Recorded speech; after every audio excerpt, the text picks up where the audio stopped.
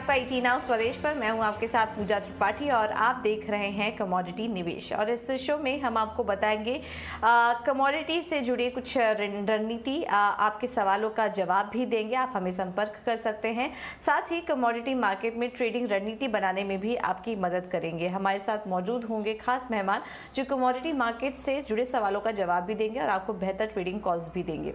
आप अगर हमसे जुड़ना चाहते हैं तो सवाल पूछने का तरीका आपको बता देते हैं। आप हमारे सोशल मीडिया हैंडल के जरिए अपने सवाल पूछ सकते हैं। साथ ही साथ अपने सवाल हमें व्हाट्सएप करें 9136934058। ये नंबर लगातार आपकी स्क्रीन पर फ्लैश होता रहेगा, उसके जरिए आप अपने सवाल भी हम तक पहुंचा सकते हैं।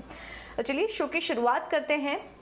और इस वक्त हमारे साथ तीनों मेहमान भी जुड़ चुके हैं। कुंवर ग्रुप से रवि देवरा हमारे साथ मौजूद हैं। पैराडाइम कमोडिटी एडवाइजर्स के बीरेन वकील हमारे साथ जुड़े हुए हैं और स्टूडियो से हमारे साथ मौजूद है कमोडिटी मार्केट के जाने वाले एक्सपर्ट जी चंद्रशेखर। आप तीनों का ही बहुत बहुत स्वागत है शो पर। चलिए अब सवाल जवाब का सिलसिला भी शुरू करेंगे, लेकिन उसके पहले एक बार नज़र डाल लेते हैं कच्चे तेल पर। और यहाँ हम देख रहे हैं कि काफ़ी समय तक 90 के नीचे कच्चा तेल कारोबार कर रहा था, लेकिन अब जो डेवलपमेंट हो रहे हैं ग्लोबल मार्केट में, ओपेक प्लस की बड़ी मीटिंग हुई थी जिसमें कटौती की बात की गई। नवंबर से रोजाना 20 लाख बैरल उत्पादन घटाने का फैसला लिया गया और 2020 के बाद उत्पादन में ये सबसे बड़ी कटौती अब तक देखने को मिल रही है ओपेक प्लस देशों की तरफ से। और इसके अलावा 2020 में कोरोना की वजह से 1 करोड़ बैरल कटौती का फैसला हुआ था। रूस ने आगे भी उत्पादन घटाने की यहाँ पर चेतावनी दे दी है। ये जब आउटकम निकल कर आए इस बैठक से, तब हमने देखा कि कच्चे तेल में तेजी आई और $93 के पार इस वक्त कच्चा तेल कारोबार कर रहा है। लेकिन इस वक्त अगर हम देखेंगे तो दायरे में ही है, करीब 1.25% की कमजोरी है। लेकिन पिछले हफ्ते भर का अगर ट्रेंड देखेंगे तो 8% तक की बढ़त यहाँ पर देखने को मिली है। MCX क्रूड पर भी देखेंगे तो 7,200 के करीब इस वक्त कारोबार कर रहा है। इस पर एक बार राय ले लेते हैं और मिस्टर चंद्रशेखर आपसे पहले समझना चाहेंगे क्रूड के फंडामेंटल्स। आपको क्या लग रहा है, ये जो बड़ा फैसला आया है ओपेक प्लस देशों की वजह से और रूस ने आगे भी कटौती करने की चेतावनी जो दे दी है, आपको क्या लग रहा है ये लेवल्स $100 के पास वापस ले जाने की कोशिश होगी और क्या इतना रूम है उनके पास कटौती करने का? आपको ये पूरा डेवलपमेंट कैसा लग रहा है कच्चे तेल को देखते हुए? ये जो निर्णय लिया है ओपेक प्लस ने कल, इस निर्णय का तो मार्केट का इंतज़ार था, मगर मार्केट मानता था कि लगभग 10 लाख बैरल प्रतिदिन का कटौती करेंगे ओपेक प्लस, मगर निर्णय निकला 20 लाख यानी 2 मिलियन बैरल्स अ डे का प्रोडक्शन कट। मगर इसका असर हमें देखना चाहिए। एक्चुअली स्पीकिंग नाइजीरिया, अंगोला जैसे देश पहले ही अपना जो कोटा है उससे कम ही उत्पादन करते थे। ओके, अभी जो कोटा में 20 लाख बैरल प्रतिदिन का कटौती का निर्णय लिया है, उसका असर मार्केट में सिर्फ 10 लाख बैरल प्रतिदिन का ही मार्केट में असर दिखेगा, क्योंकि पहले ही 2 या 3 देश कम ही उत्पादन करते थे। तो मार्केट को अभी अंडर सप्लाई हम कहना चाहते हैं, तो सिर्फ 10 लाख बैरल प्रतिदिन का अंडर सप्लाई होगा इस निर्णय के वजह से। ये पहला पॉइंट है। मगर मैं इस निर्णय के वजह से ज़रा बुलिश हो गया हूँ, क्योंकि ये जो इतना जो ऊपर भाव चला गया था उसका असर डिमांड का ऊपर हमें ज़्यादा दिखाई नहीं दिया। There was no demand destruction. तो कहते हैं ना, at higher prices there will be demand destruction. वो डिमांड डिस्ट्रक्शन हमने देखा नहीं।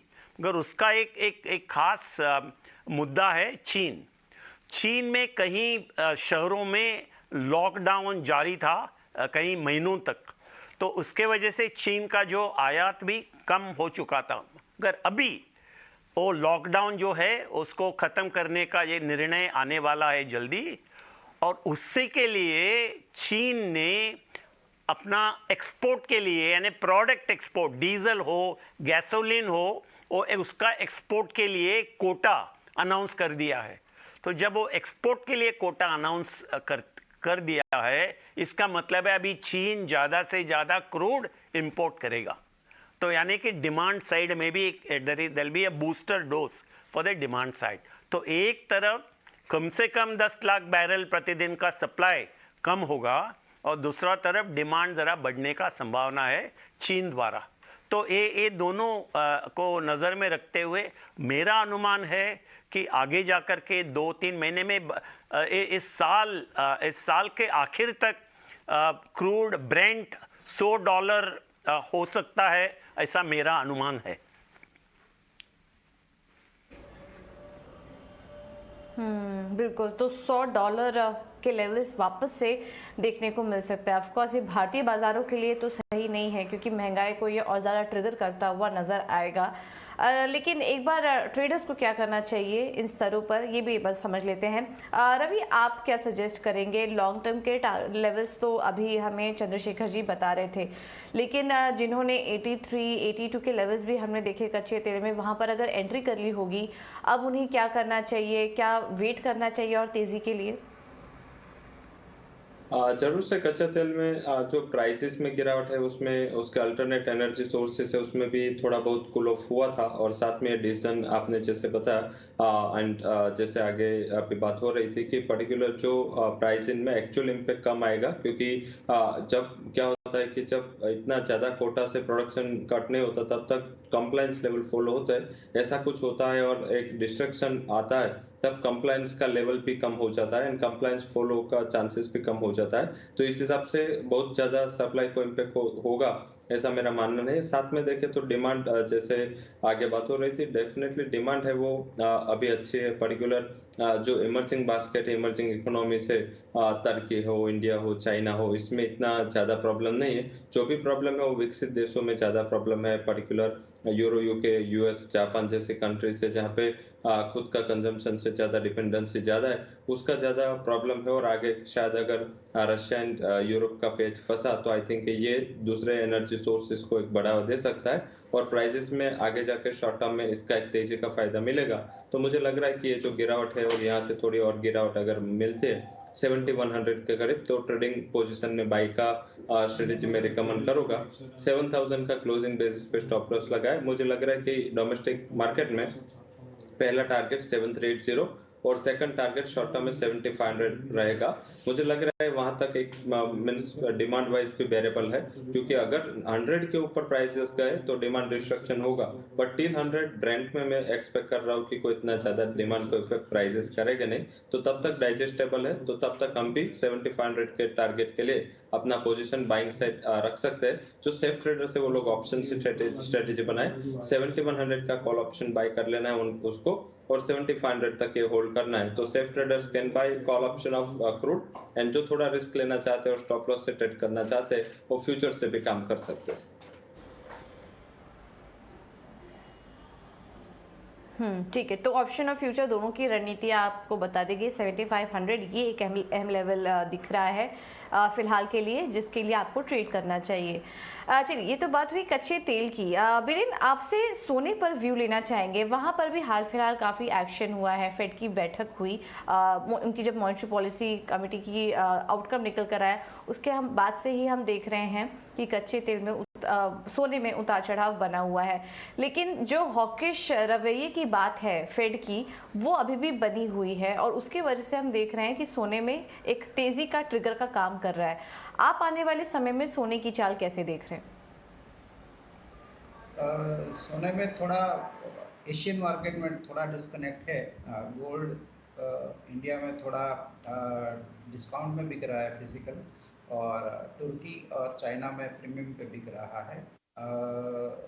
मे भी जियोपॉलिटिकल वजह होगी। यहाँ टेम्पररी अगर डोमेस्टिक हिसाब से देखें तो मैं 52,000 के स्तर पर टेम्पररी शॉर्ट साइड का कॉल लेना चाहूँगा 52,500 के स्टॉप लॉस के साथ, और 51,500 के आसपास का लक्ष्य रहेगा।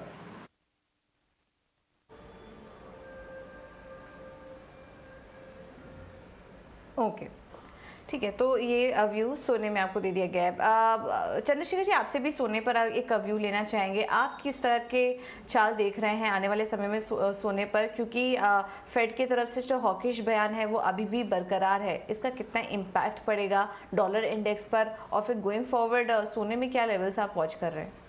आप सोने के बारे में पूछ रहे हो ना, सोना या क्रूड? जी, सोना या क्रूड? सोना, गोल्ड।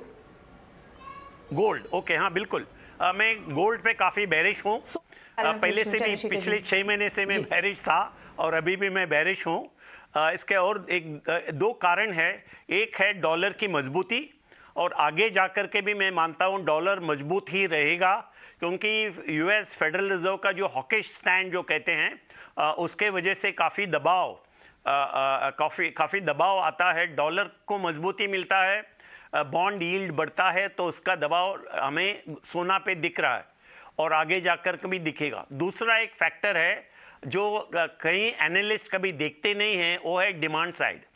जो फिजिकल डिमांड है इतना तेजी से there is no growth in physical demand और no significant growth in physical demand. बहुत कमज़ोर गति से डिमांड बढ़ रहा है, और ख़ास करके हमारा देश में और चीन में डिमांड का ग्रोथ बहुत बहुत मामूली है।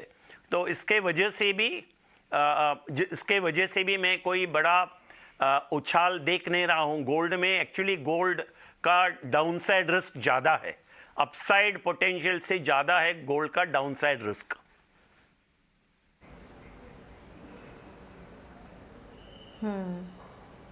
बिल्कुल, तो डाउनसाइड रिस्क इस वक्त ज़्यादा है सोने के लिए, तो थोड़ा यहाँ पर संभाल के जो ट्रेडर्स हैं उनको यहाँ पर कॉशियस रहने की राय दी जा रही है।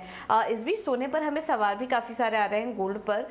राज समंद से हीरा लाल जी का सवाल आया है, गोल्ड में ताज़ा भाव पर क्या करना चाहिए। और हैदराबाद से भी महेश जी ने हमें सवाल भेजा है, गोल्ड का लॉन्ग टर्म आउटलुक ये जानना चाह रहे हैं। रवि, आप इनकी मदद करिए, जो करंट लेवल्स चल रहे हैं उसमें किस तरह का ट्रेड आपको दिख रहा है सोने पर। अपनी ट्रेडिंग कॉल्स भी सुझाइए और लॉन्ग टर्म के लिए क्या आउटलुक बन रहा है आपका, वो भी सजेस्ट करिए।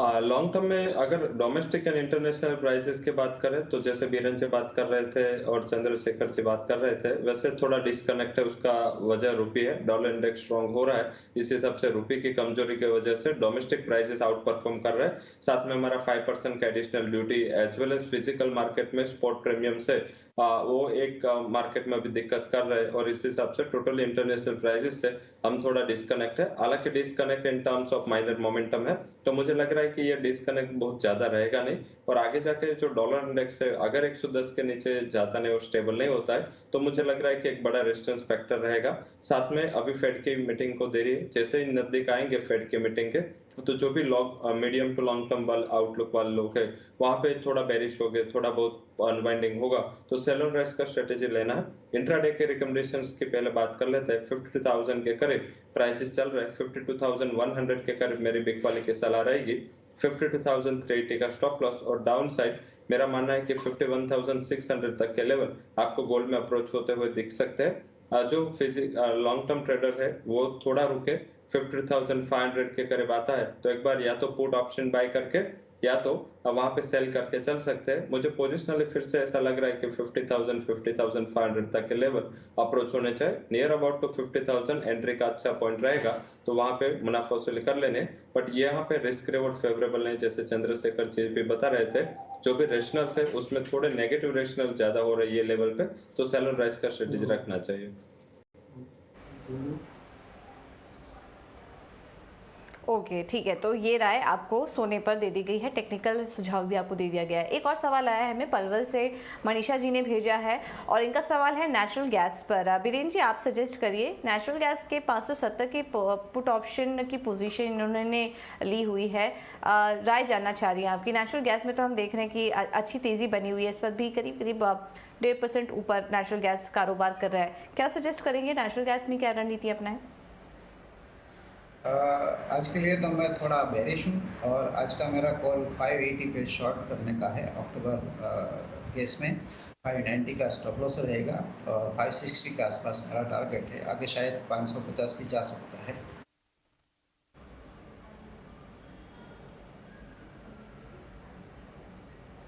ओके, ठीक है, तो ये राय नेचुरल गैस में आपको दे दी गई है। इस बीच चंद्रशेखर जी आप कुछ बोल रहे हैं, बताइए सर। नहीं, जो गोल्ड में मैं बोल रहा था, if I can go back to the previous question, long term outlook के बारे में किसी का सवाल था। जैसे मैंने बताया कि I am bearish on gold, काफ़ी प्रेशर में आया है और आगे भी प्रेशर में रहेगा। मगर एक चीज़ है, अगला साल समझिए यूएस रिसेशन में चला गया, अभी इसका ऊपर तो प्रश्न चिन्ह है, मगर लोग ये भी मानते हैं कि चला जाएगा रिसेशन में। फर्स्ट क्वार्टर सेकंड क्वार्टर हमें अभी पता नहीं।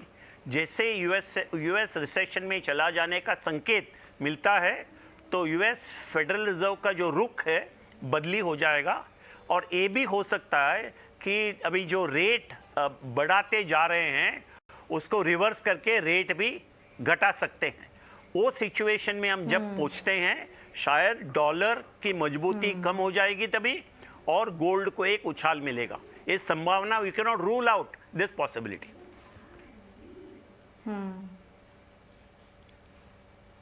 Correct, very important point you mention कि आने वाले समय में जो कि स्थिति हमें दिख भी रही है, फेड जिस तरह से तेजी से ब्याज दरों में बढ़ोतरी कर रहा है, हो सकता है रिसेशन जैसी स्थिति पैदा हो, तो इसको भी आप वॉच करिए और फिर उसके बाद सोने में एक रिवर्सल भी देखने को मिलता है, तो इसका आप ज़रूर ध्यान रखिए। और ग्लोबल आउटलुक पर हमारा डिस्कशन इस पर आगे भी जारी रहेगा और नज़र रहेगी कि किस तरह के फैसले यहाँ पर और किस तरह की इकोनॉमिक की सिचुएशन यूएस की बनती हुई दिखाई दे रही है।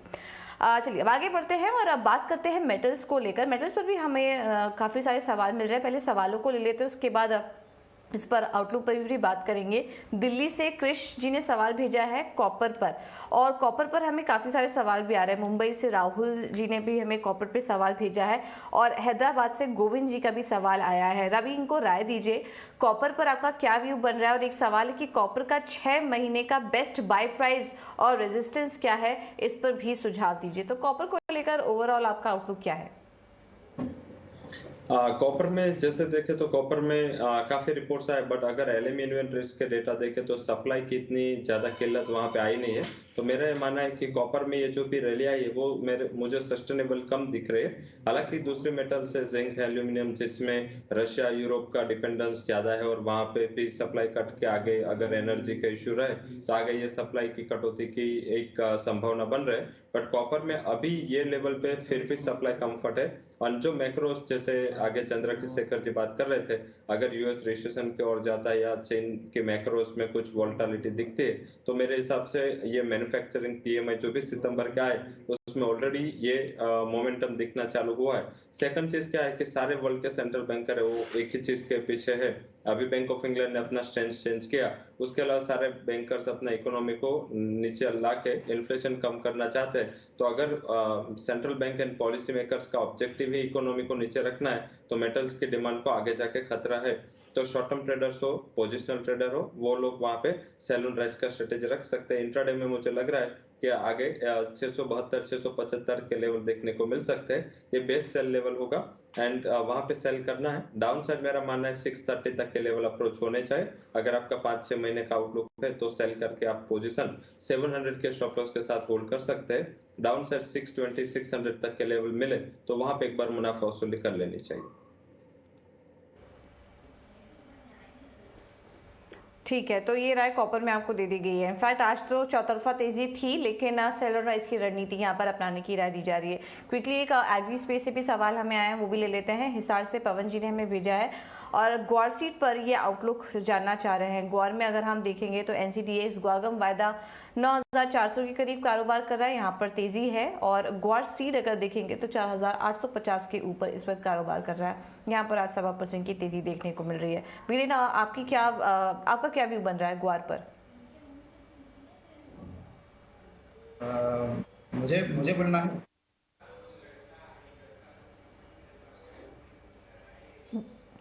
बीरेन जी, आपसे सवाल है जी, ग्वार पर राय दीजिए अपनी। टेम्पररी बॉटम आउट हो चुका है, शायद 5100-5200 तक हम देखेंगे। सभी एग्री मार्केट में मेरा यही रवैया है, मींस के शॉर्ट टर्म सभी में बॉटम बन चुका है।